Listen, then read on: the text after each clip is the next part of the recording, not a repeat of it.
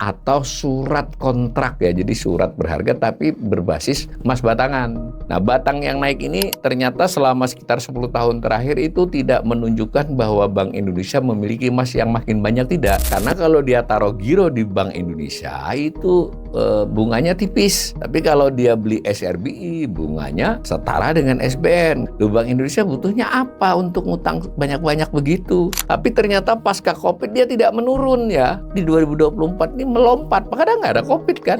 Di satu sisi dia si bank tersebut mendapatkan keuntungan lebih besar, di sisi lain berarti biaya stabilitas ini meningkat kan. Maka kalau dibagi tiap orang Bank Indonesia itu 3,08 miliar atau 257 juta per bulan ya. Jadi kalau ibaratnya fiskal sakit, moneternya juga bisa ikutan sakit. Dan sebaliknya kalau moneternya nggak bisa nyangga, fiskalnya bisa menjadi berat.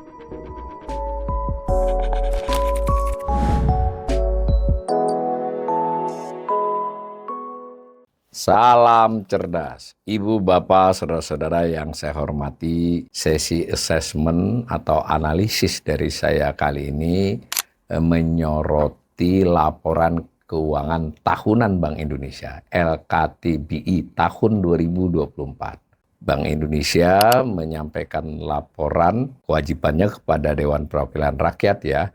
Dia susun laporan suatu tahun, paling lambat diserahkan akhir Maret kepada Badan Pemeriksa Keuangan, diaudit oleh BPK. BPK lah yang menyampaikan kepada DPR. Selesainya audit tanggal 30 April. Tapi disampaikan kepada DPR kurang lebih sebulan kemudian. Dan Bank Indonesia juga baru saja mengunggah. Jadi ada jarak ya pada tanggal 25 Juni lalu. Dalam publikasi Bank Indonesia yang memang wajib ya untuk disampaikan kepada publik itu, siaran persnya hanya 1-2 paragraf, kemudian ada lampirannya berupa dokumen. Nah, di dalam laporan tersebut dan juga laporan tahun-tahun sebelumnya, kita membaca beberapa ketentuan terkini ya mengenai penyusunan laporan tersebut. Nah, jadi penyusunan laporan keuangan Bank Indonesia ini termasuk unik ya, tidak serupa persis dengan perusahaan misalnya atau dengan laporan keuangan pemerintah atau lembaga. Ada beberapa perbedaannya. Itu didasari oleh sebuah standar akuntansi ya. Jadi ada standarnya, tidak bisa Bank Indonesia tahun ini menyampaikannya begini, tahun berikutnya begini, tidak ada standarnya. Jadi bisa berubah kalau di standarnya ada dilakukan perubahan. Nah, standar itu namanya Kebijakan Akuntansi Keuangan Bank Indonesia KAKBI ya. Jadi semacam standar akuntansi pemerintahan, kalau di pemerintahan SAP ini KAKBI. Dijelaskan di dalam KAKBI maupun di dalam laporan Bank Indonesia ini menerapkan konsep teori entitas istilahnya. Tapi ini juga belum lama, dahulu tidak disebut-sebut ini. Berdasarkan teori tersebut, laporan keuangan tidak memisahkan dengan tegas unsur liabilitas dan ekuitas. Nah, ini penting ya. Kalau dalam standar perusahaan, bahkan laporan keuangan pemerintah dan lembaga itu, aktiva itu terdiri dari aset. Lalu kalau pasifanya terdiri dari liabilitas atau kewajiban dengan ekuitas atau modal ya. Jadi dua. Nah, ini khusus Bank Indonesia dinyatakan oleh Bank Indonesia, ekuitas dengan kewajiban itu jadi satu ya. Sehingga itu disebut liabilitas, pasifa atau liabilitasnya gabung. Jadi tidak dipisah antara, tidak tegas gitu istilahnya, disebut tapi tidak dipisahkan secara tegas. Akibat operasi kegiatannya selama setahun, Bank Indonesia ini kan mengeluarkan biaya, beban lah dia bayar, tapi juga dia memperoleh penghasilan. Nanti akan kita analisis dari mana saja Bank Indonesia memperoleh penghasilan dan beban apa saja yang harus dia bayar atau dikeluarkan. Tetapi ditegaskan dalam standarnya maupun dalam catatan laporannya itu bahwa tujuannya tidak seperti perusahaan ya ingin menyampaikan penghasilan dan beban itu hanya sebagai sebuah gambaran, bukan untuk mengetahui kekayaan bersih, net worth. Jadi maksudnya tidak menunjukkan apa-apa kenaikan kekayaan bersih itu, kira-kira begitulah. Tapi pengakuan atas penghasilan dan beban itu disesuaikan dengan upaya pencapaian tujuan Bank Indonesia. Tujuan Bank Indonesia adalah menjaga nilai rupiah ya, nilai tukar. Nilai rupiah itu ya nilai tukar dan inflasi, dua mata uang itu ya, jadi inflasi dan kurs ya. Pengakuan atau penghasilan ini sekali lagi dinyatakan dalam rupiah, tetapi tidak dimaksudkan seperti neraca rugi laba sebagaimana perusahaan. Hanya saja tetap jadinya karena ada penghasilan, ada beban, bisa surplus, bisa defisit. Nah, saya sajikan dulu yang merupakan aktivanya dia, aset ya di situ. Ya sebagaimana biasanya kan terdiri dari kondisi 31 Desember 2024, lalu ada kondisi 31 Desember 2023. Itemnya ada 5 ya, ada aset itu emas, aset keuangan untuk pelaksanaan kebijakan moneter, tarik khusus ya di lembaga internasional, IMF ini sebenarnya. Lalu ada tagihan, lalu ada aset non kebijakan. Yang di atas tadi aset keuangan untuk pelaksanaan kebijakan moneter. Ada rinciannya. Nah, kalau di dalam gambar ini ada keterangan-keterangan, itu adalah angka-angka. Jika kita nanti mempelajari laporan keuangan yang lebih utuh, itu kita bisa melihat catatan penjelasan tentang angka-angka ini. Itu ada tandanya ya. Itu memudahkan kita untuk belajar. Karena itu memang wajib dalam penyajian laporan keuangan yang bahkan tidak hanya LKTBI ya, tapi LKPP, laporan keuangan pemerintah pusat, perusahaan juga harus membuat itu. Nah, ini 5 item ini angka totalnya 4.420 triliun ya kurang lebih. Ini satuannya juta. Jadi aset Bank Indonesia itu 4.420. Yang terbesar adalah aset keuangan untuk pelaksanaan kebijakan moneter sebanyak 4.083 triliun. Nanti ada emas kira-kira 106 triliun dan seterusnya. Nah, ini tahun 2024-nya. Lalu asesmen saya mencoba pengolahan atas data beberapa tahun terakhir ya, sekitar 10, 15, jadi ada yang 12 tahun nih saya analisis, supaya kita bisa melihat trennya. Nah, bagaimana tren aset yang 4.420 triliun ini? Nah, saya buatlah grafik. Grafik dari tahun 2010, berarti ada 15 tahun. Ini masing-masing per akhir tahun ya, 31 Desember. Yang paling kanan sesuai dengan laporan tadi, 4.420 triliun ya kurang lebih. Itu satuannya juta ya. Kita bisa membandingkan tahun 2024 ini dibandingkan 2023, 31 Desember 2023, tadi ada di tabel tadi. Berapa perubahannya? Ternyata naik 14,03%. Kalau dilihat gambar ini selama 15 tahun, 14 tahun nggak kenaikannya, itu selalu mengalami peningkatan ya. Jadi aset Bank Indonesia itu selalu naik. Nah, tahun ini 14,03% itu termasuk kenaikan yang relatif besar, meskipun ada tahun-tahun yang lebih besar. Tapi dia termasuk kenaikan yang ya kalau berdasarkan gambar ini nomor 3 ya, pernah naik luar biasa pesat di tahun 2020. Tapi nanti buat yang mengerti akuntansi paham ya, salah satu penyebab kenaikan aset itu ya utang kan. Nah, utang di satu sisi menambah liabilitas, tapi di sisi lain biasanya menambah aset. Tapi kita terima dulu fakta bahwa aset mengalami pertumbuhan dari tahun ke tahun, dan tahun 2024 relatif meningkat pesat dibandingkan 2023. Nah, tadi di dalam ringkasan dari neraca tadi ya, neraca aset itu kita sudah melihat aset ini antara lain terdiri dari emas. Nah, ini emas. Emas ini adalah emas cadangan devisa, emas batangan atau surat kontrak ya. Jadi surat berharga tapi berbasis emas batangan. Jadi emas ataupun surat kontrak emas batangan yang dimiliki Bank Indonesia sebagai cadangan devisa. Kelihatan angkanya mencapai 106 triliun ya pada tahun 2024. Dan kalau dilihat gambar, saya tidak membuat presentasinya, tapi kelihatan bahwa ini termasuk kenaikan nilai yang cukup besar dibandingkan 2023. Dan dilihat gambarnya, meskipun ada tahun-tahun yang sedikit menurun, tetapi secara umum mengalami kenaikan. Nah, saya tadi sudah periksa bahwa ini dinyatakan juga dengan berat ya, dengan volume. Nah, batang yang naik ini ternyata selama sekitar 10 tahun terakhir itu tidak menunjukkan bahwa Bank Indonesia memiliki emas yang makin banyak, tidak. Naik turun, ada naik turunnya sih sedikit, tetapi relatif stabil. Jadi ini nilai menaik ini karena harga emasnya ya, bukan karena jumlah emas yang dimiliki oleh Bank Indonesia. Ini menarik dianalisis ke sewaktu-waktu. Kita mendapatkan informasi saat ini The Fed sedang menambah cadangan emasnya, bukan nilai dolarnya saja, tetapi emas fisiknya, batangannya, ataupun surat kontrak batangan tadi. BI kelihatannya belum melakukan strategi itu menghadapi situasi terkini ini, masih mempertahankan kepemilikan emas yang tidak jauh berbeda dari tahun ke tahun. Itu emas. Kemudian tadi juga ada hak tarik khusus ya di IMF itu, tapi ini dirupiahkan. Sebetulnya aslinya tercantum dalam SDR ya, Special Drawing Rights, itu jenis mata uangnya IMF, terkonversi ke dolar bisa, terkonversi ke rupiah bisa. Nah, kalau dirupiahkan nilainya 133,5 triliun. Banyak juga ya. Nilai selama 4 tahun terakhir ini relatif stabil. Nah, dalam bentuk SDR-nya ternyata memang sama dengan emas tadi, tidak banyak berubah. Cuma nilai rupiahnya yang mengalami perubahan akibat kurs terhadap SDR.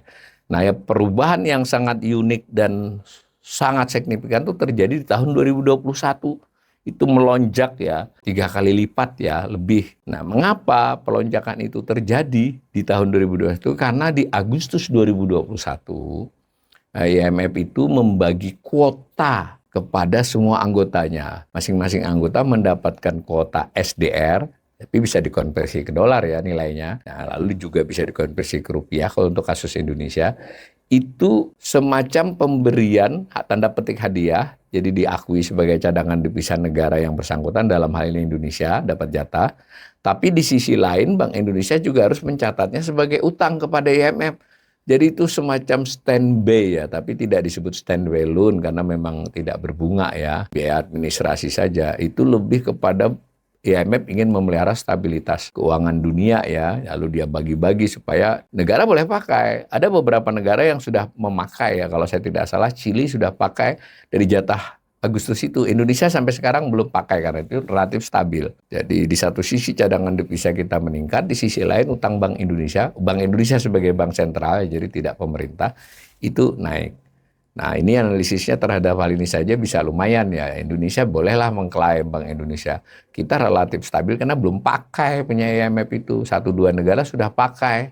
Itu adalah hak tarik khusus ya. Kemudian jenis aset terbesarnya adalah aset keuangan untuk pelaksanaan kebijakan moneter. Tadi kan sudah dijelaskan bahwa Bank Indonesia itu tugasnya adalah mengelola kebijakan moneter untuk menjaga kestabilan nilai rupiah.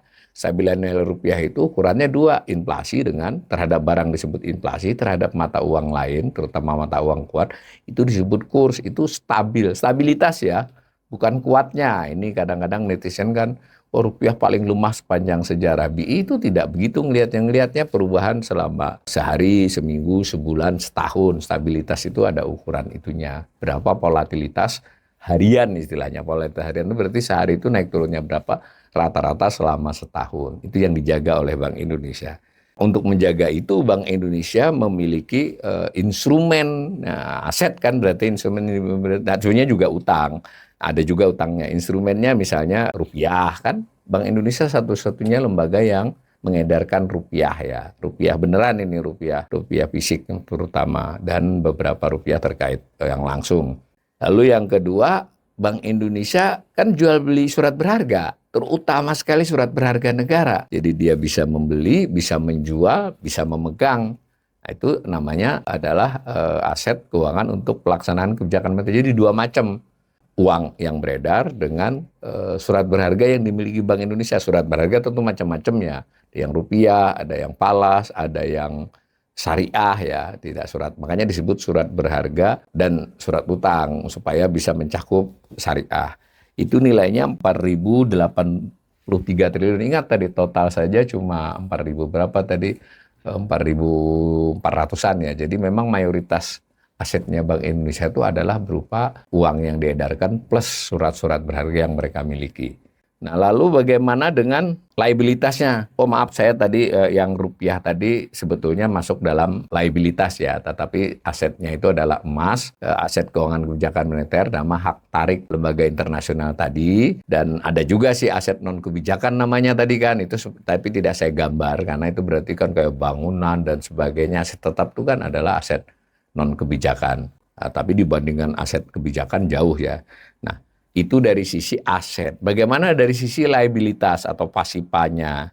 Nah, yang pertama uang dalam peredaran, yang tadi saya sebut uang dalam peredaran itu jadi diakui sebagai utang oleh Bank Indonesia. Ini yang unik ya.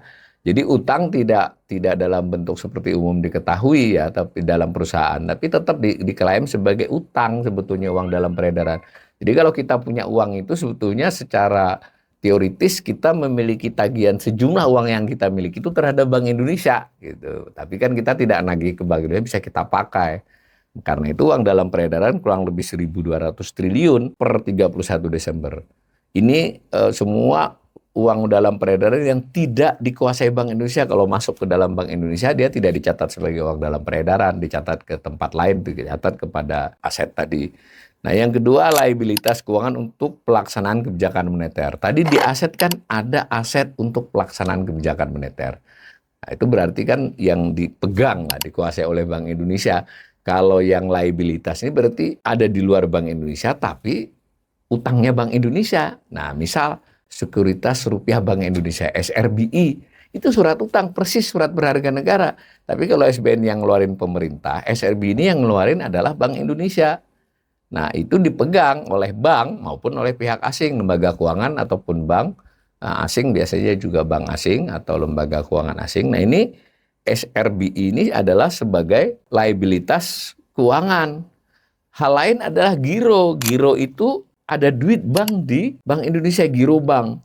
Sebagian besarnya memang giro wajib minimum namanya. Jadi bank itu harus menaruh uang sejumlah persentase tertentu minimal dari kelolaannya, namanya giro wajib minimum. Yang giro wajib minimum itu ditetapkan oleh Bank Indonesia, bisa dinaik turunkan.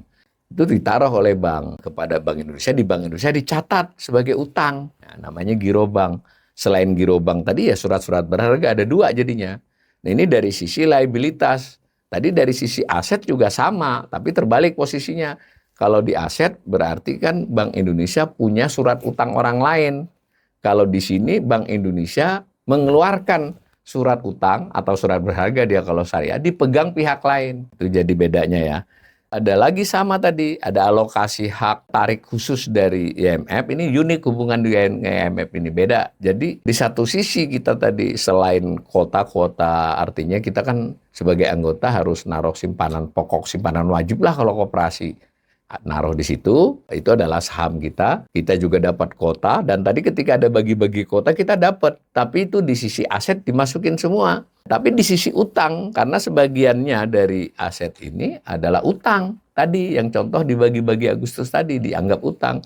Karena itu tidak persis sama antara alokasi hak tarik tadi yang sifatnya posisi dengan yang sifatnya alokasi. Jadi selisih sedikit. Itu nilainya di sini 135 triliun. Kemudian ada jenis utang atau liabilitas yang lain, yaitu liabilitas keuangan kepada pemerintah. Ini beda dengan ketika dia Bank Indonesia memiliki tadi kan aset, memiliki SBN. Kemudian Bank Indonesia mengeluarkan surat utang, tapi biasanya tidak dipegang pemerintah, dipegang oleh bank atau pihak asing. Itu surat utang Bank Indonesia masuk ke liabilitas keuangan untuk operasi atau pelaksanaan kebijakan moneter. Kalau yang liabilitas keuangan pada pemerintah ini, pemerintah itu kan Bank Indonesia merupakan kasnya. Jadi pemerintah untuk duit kasnya harus ada di Bank Indonesia. Ada sedikit-sedikit di bank lain itu yang sifatnya sangat temporer teknis. Tapi secara umum pemegang kas pemerintah itu adalah Bank Indonesia. Itu nilainya gede ya. Per 31 Desember nilainya 492 triliun. Ya pokoknya kalau dia 31 Desember berarti sal ya relatif. Di perjalanannya kan ada yang merupakan kas-kas pemerintah di sana. Nanti ini juga bisa dianalisis. Kan naik itu dibandingkan tahun 2023 yang 465. Nah kalau ada di Bank Indonesia, duit pemerintah ini kan belum dipakai atau tidak dipakai untuk belanja. Menarik ya. Di satu sisi pemerintah punya banyak utang, ya toh? Kadang kesulitan. Sebenarnya duitnya ada juga di Bank Indonesia ini, 455 triliun. Ini nanti kita assessment yang beda ya. Lalu ada juga kewajiban non kebijakan, itu ya cash flow lah ya, cash flow operasional. Yang menarik lagi di liabilitas itu ada modal, jadi nggak dipisah. Nah modalnya Bank Indonesia ini ditetapkan oleh undang-undang ya. Jadi kalau dia dirubah harus ada perubahan. Ini jadi modal sebesar kurang lebih 3,73 triliun ini sudah berlangsung mungkin lebih dari 5 tahun ya. Kenapa pentingnya modal ini? Nanti ada cara ukuran-ukuran untuk menentukan apakah Bank Indonesia ini perlu dibantu pemerintah atau malah Bank Indonesia yang harus store ke pemerintah. Itu ukurannya modal ini. Aspek lain dari utang itu disebut liability. Jadi sebenarnya modal ini jenis modal yang merupakan akumulasi surplus defisit, cadangan dan sebagainya. Itu gede banget. Nanti kita jelaskan surplus defisit itu apa. Nah begitulah cara menggambarkan liabilitas Bank Indonesia. Nah kita ambil satu-satu dari 8 poin ini, mungkin beberapa saja untuk melihat perkembangan dari tahun ke tahunnya. Tadi uang dalam peredaran, kan tadi itu uang yang tidak dikuasai Bank Indonesia, ada di masyarakat maupun di perbankan. itu nilainya 1.204,5 triliun, 1.204 lah ya, triliun. Nah, kalau dilihat meningkat sekitar 9,33%. Tiap tahun uang dalam peredaran ini meningkat. Yang orange menunjukkan presentasi peningkatannya. Peningkatan tahun ini lebih besar daripada tahun 2021, 22, dan 23 kalau dilihat orange-nya kan. Tapi di bawah tahun-tahun ini tengah-tengah lah ini. Jadi normal kenaikan uang dalam peredaran di 2024. Jenis yang terbesar dari kewajiban keuangan Bank Indonesia ini adalah untuk pelaksanaan kebijakan moneter. Nilainya 2.078 triliun. Ini berfluktuasi dengan tren meningkat ya. Fluktuasi kadang tahun ada turun sedikit, tapi kalau digambar trennya selama belasan tahun itu naik. Dan ini yang tertinggi ya di tahun 2024 ini. Kewajiban Bank Indonesia untuk melaksanakan kebijakan moneter itu paling tinggi. Terdiri dari dua ya kewajiban itu. Yang satu berupa giro bank pada Bank Indonesia, tadi saya sudah jelaskan. Ini menurun dibandingkan 2023 dan 2022.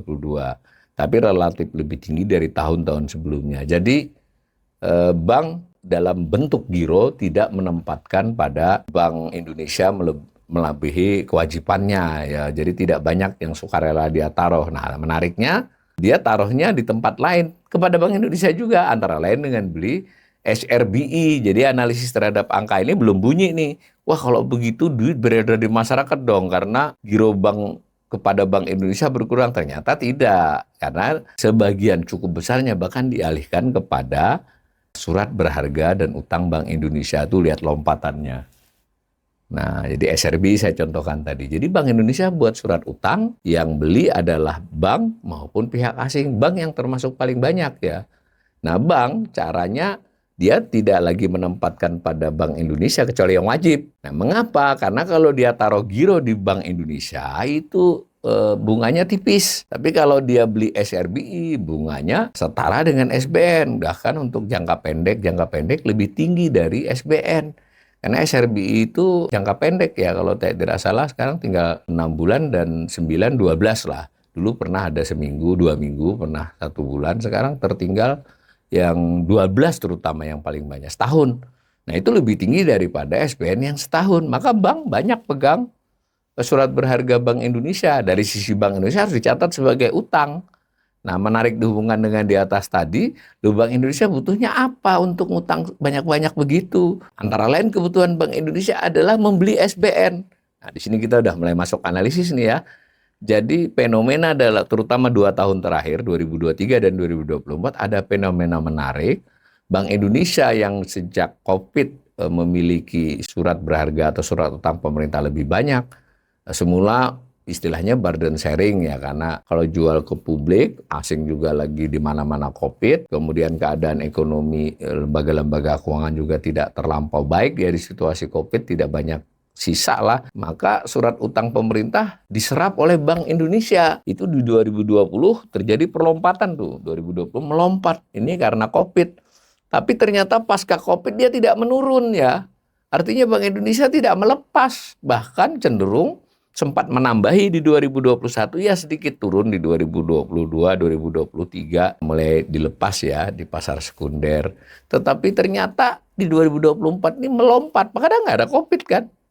Nah, salah satu yang membuat perlompatan itu adalah bank yang membeli SRBI dengan cara mengurangi di gironya salah satunya, atau dia mengurangi penyalurannya kepada kredit. Ini salah satu yang kanal ini berulang kali mengingatkan, instrumen surat utang Bank Indonesia ini ya pisau bermata dua. Di satu sisi dia bisa menstabilkan harga SBN karena Bank Indonesia lalu dari hasil ini beli SBN, sehingga SBN-nya tidak melonjak, yield-nya atau harganya tidak jatuh terlampau dalam.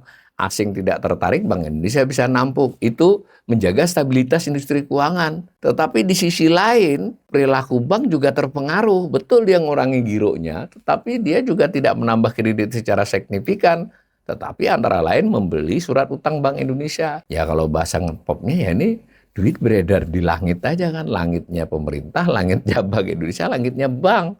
Tidak masuk ke sektor real, tapi tidak optimal ke sektor realnya. Ini cara baca ini ya. Makanya tadi Bank Indonesia sudah klaim dari awal bahwa tidak bisa diukur dengan cara saya membaca begini. Tapi kan tidak diukur begitu dalam laporannya, kita sebagai analis boleh dong. Mengapa posisi aset dan liabilitas Bank Indonesia seperti itu mencerminkan Bank Indonesia inilah yang menanggung beban terberat, bukan beban ya, menanggung tugas utama untuk mengelola agar sektor keuangan stabil. Sektor keuangan itu dicirikan oleh antara lain kurs, kemudian yang kedua suku bunga, ya, atau suku bunga baik suku bunga acuan maupun suku bunga perbankan, lalu juga yield, kan suku bunga itu juga menyangkut yield imbal hasil buat SBN, buat pemerintah, dan jangan lupa kalau SBN-nya stabil, kan yang pemilik SBN itu ada misalnya BPJS Ketenagakerjaan, BPJS Kesehatan, dana-dana pensiun. Jadi terhubung. Jadi Bank Indonesia ini kayak dirijen. Tapi di sisi lain ini risiko. Berarti Bank Indonesia ini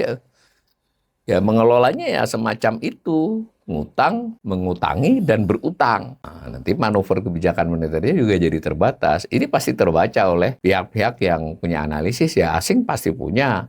Pelaku besar pasti punya. Jadi mainan, konon sudah ada bank yang melepas banyak SBN-nya tipis dia. Dia banyak pegang SRBI. Saya tidak ingin menyebut nama bank, silakan dicari. Bank besar loh ya. Ya kalau begitu kan di satu sisi dia si bank tersebut mendapatkan keuntungan lebih besar. Di sisi lain berarti biaya stabilitas ini meningkat kan. Tidak hanya biaya fiskal tapi biaya moneter juga.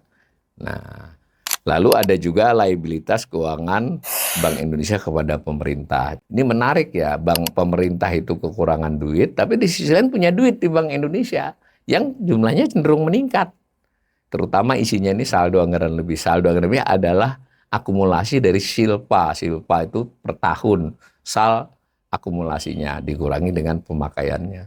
Nah ini juga bisa kita buat asesmen sendiri. Tapi kasat mata, ya ini bagaimana pemerintah malah kesulitan duit, tapi duit di Bank Indonesia juga banyak kan. Nah, Bank Indonesia itu melaporkan posisi keuangan, berarti aset dengan liabilitas. Di dalam liabilitas itu termasuk modal, juga melaporkan tentang penghasilan dan bebannya. Lalu akibat dari beban dan penghasilan itu kan bisa surplus, bisa defisit. Disebutnya laporan surplus defisit Bank Indonesia. 5 jenis penghasilan. Tadi dari pelaksanaan kebijakan moneter. Pelaksanaan kebijakan moneter itu ada instrumennya, ada operasi pasar, macam-macam lah, termasuk masuk pasar palas. Tadi pakainya adalah instrumen Aktiva tadi, Aktiva aset untuk kebijakan moneter.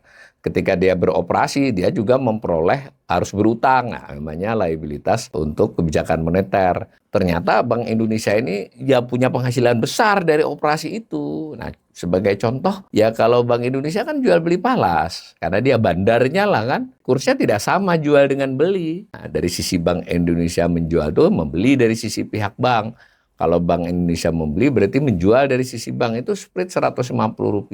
Semakin volatil sebenarnya semakin untung Bank Indonesia sebagai bandar. Jadi bukan lemah atau kuat tapi volatilitas. Tapi apapun itu contoh. Begitu juga tadi Bank Indonesia kan memiliki surat berharga negara, ada bunganya. Di sisi lain Bank Indonesia punya surat utang berbunga juga kan, ada pendapatan bunga jadinya. Nah yang syariah disebut pendapatan transaksi syariah. Jadi dibuat item begitu. Kalau pendapatan bunga berarti tidak termasuk syariah.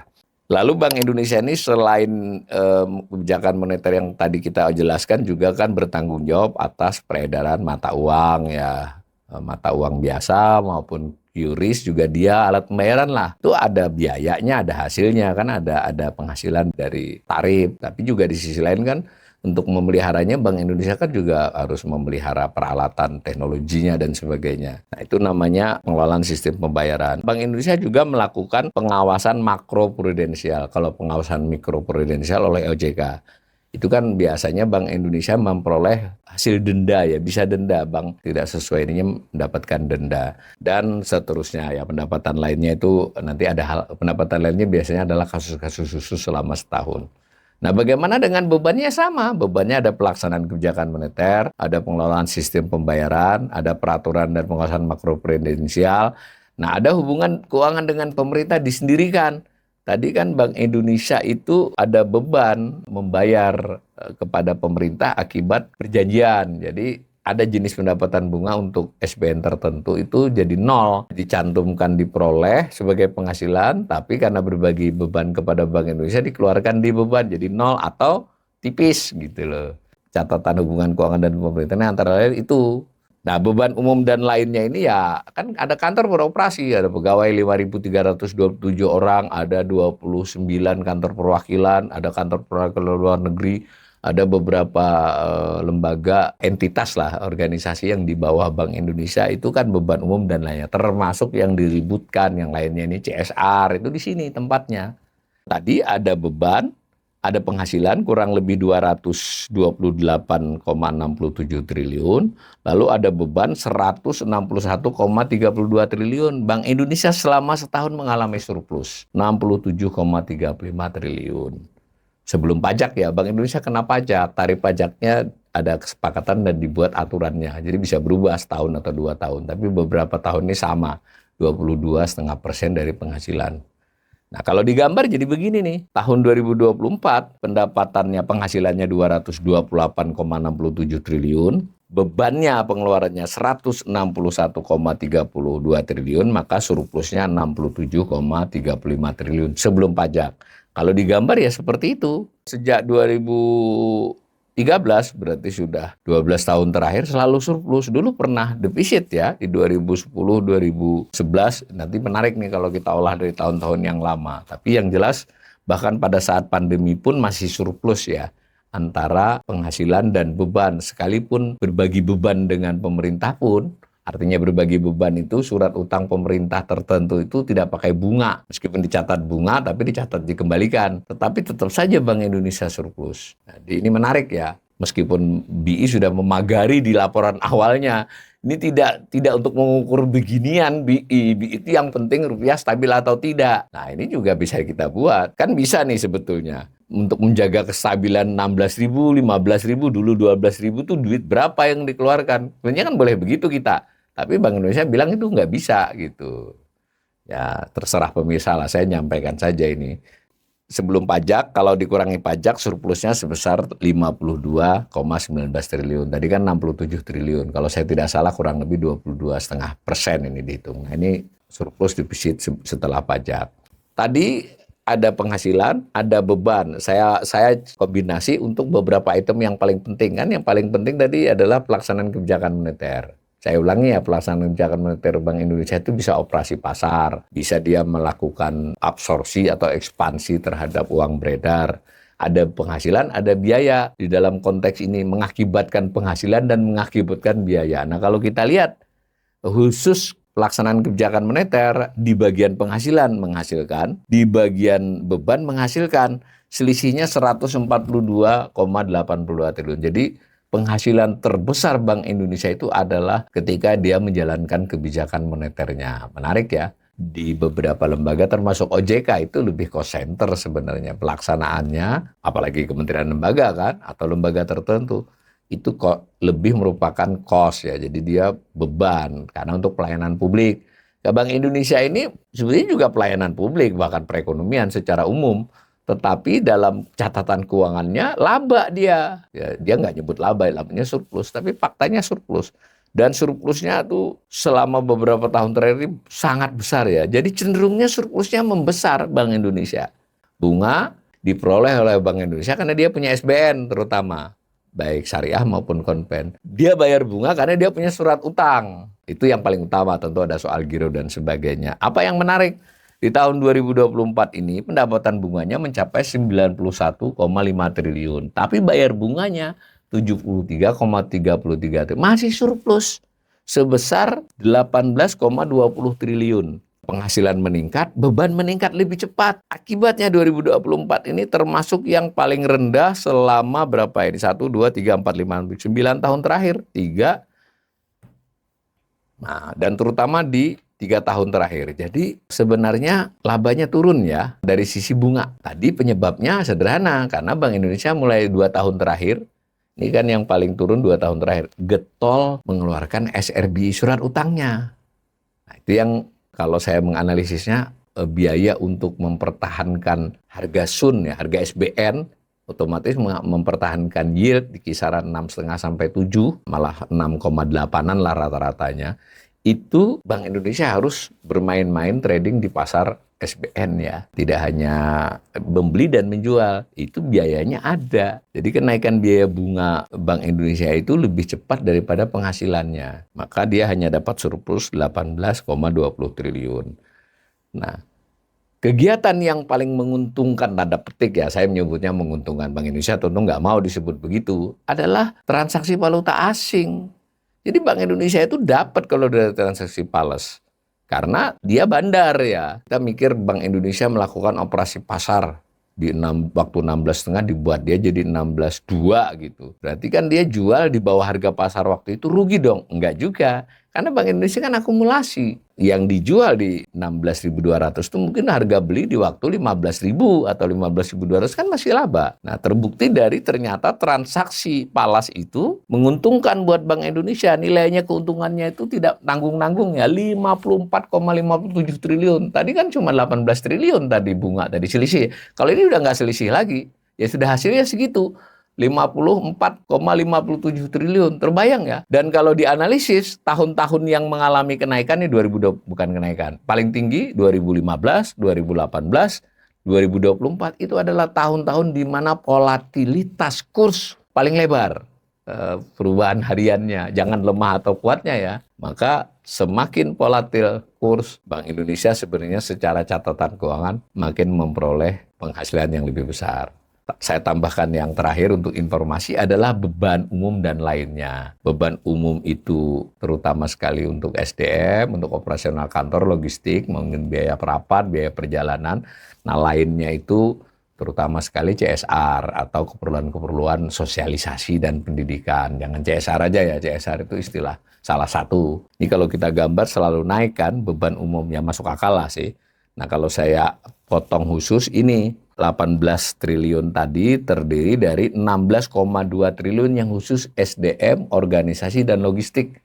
Jadi benar-benar untuk operasional Bank Indonesia ya. Kita bisa juga melakukan analisis terhadap kementerian sebenarnya. Sekedar informasi saja, Bank Indonesia tidak mengutarakan. Saya mengolah dari info Bank Indonesia, pegawainya 5.257. Nah, yang dikeluarkan 16,2 triliun kan, tidak termasuk yang lainnya loh ya. Maka kalau dibagi, tiap orang Bank Indonesia itu 3,08 miliar atau 257 juta per bulan ya. Tentu ini mulai dari pegawai paling bawah sampai gubernur Bank Indonesia.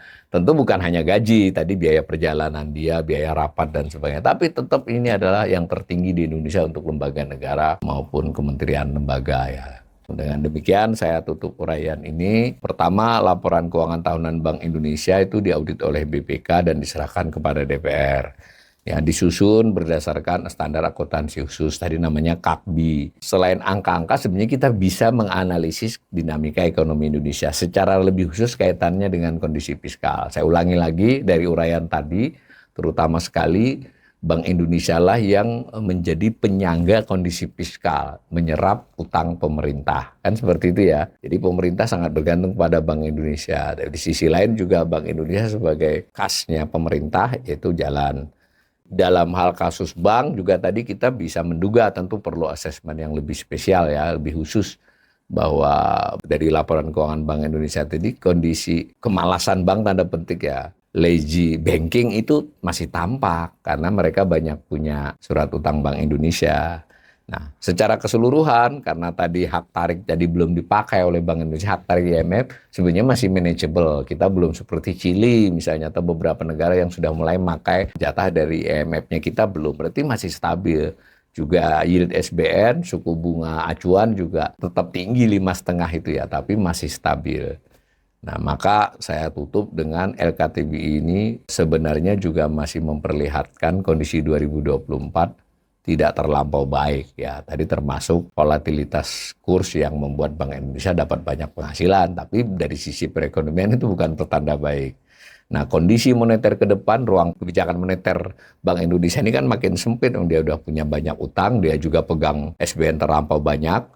Nah, sehingga nanti kehubungan antara fiskal dan moneter yang sangat erat ini kedua belah pihak bisa mempengaruhi lebih ketat dibandingkan dahulu. Jadi kalau ibaratnya fiskal sakit, moneternya juga bisa ikutan sakit. Dan sebaliknya, kalau moneternya nggak bisa nyangga, fiskalnya bisa menjadi berat. Mudah-mudahan meskipun asesmen saya berbau sedikit negatif ya penilaiannya, tetap saya ingin mengatakan kebijakan moneter berhasil membuat kondisi keuangan relatif stabil dengan biaya yang makin mahal dan risiko ke depannya juga mulai bertambah besar.